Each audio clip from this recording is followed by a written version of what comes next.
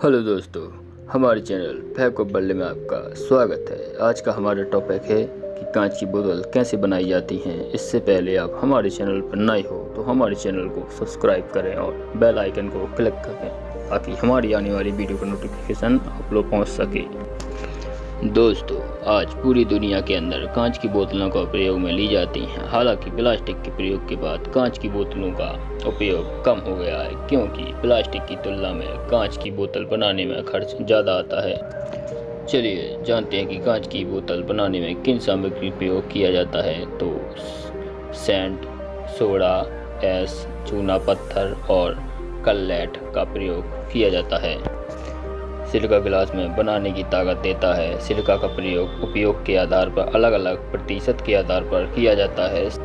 Soda gas का उपयोग ग्लास्टिंग agent के रूप में किया जाता है, जो गिलास में मौजूद सिलिका को गलना को कम करने में मदद करता है। कललेट का मतलब होता है कि कांच के पुराने टुकड़े।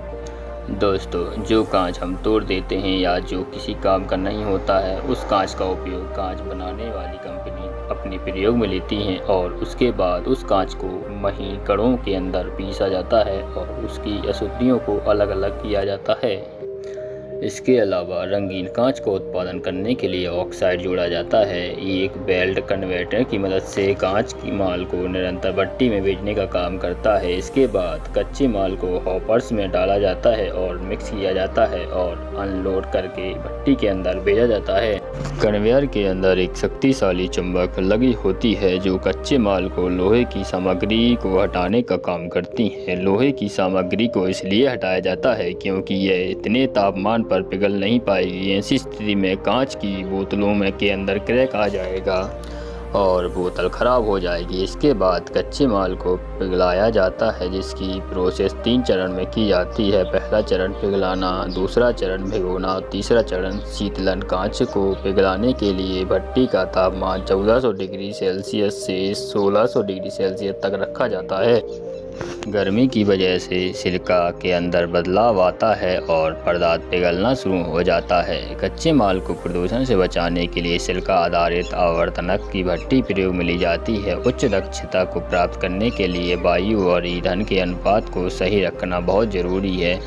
इसके बाद पिघलाते हुए कांच के अंदर हवा हो सकती है जो कांच में दोष उत्पन्न कर सकती है, जिसे बाहर निकालना बहुत ज़रूरी होता है। इसके लिए कांच को कम तापमान के द्वारा ठंडा किया जाता है और इसके बाद उसे फीडर के अंदर भेज दिया जाता है और उसके बाद तैयार गिलास को ब्लोअर के पास भेज दिया जाता है, जहां आवश्यक द्रव्यमान की मात्रा को काटते हैं और जितनी की बोतल बन जाए। द्रव्यमान के विभिन्न आकार को प्राप्त करने के लिए पैनलों की गति को नियंत्रित किया जाता है। काटे हुए द्रव्यमान को ग्रेविस कहते हैं, जिन्हें कंटेनर के अंदर भेज दिया जाता है। जब ग्रेविस को मोल्ड के अंदर रखा जाता है तो उसके अंदर हवा को पास करवाया जाता है। गर्मी हवा का उपयोग कांच से अचानक टकराने या अचानक थर्मल शॉक से बचने के लिए किया जाता है। कांच को एक बोतल का आकार दिया जाता है। इसके बाद बोतल को मजबूती दिलाने के लिए टिन की कोटिंग 350 डिग्री सेल्सियस के आसपास चढ़ाई जाती है और इसके बाद बोतल को पैक कर मार्केट में भेज दिया जाता है। आपको हमारी वीडियो अच्छी लगी हो तो हमारे चैनल को सब्सक्राइब करें। नमस्कार।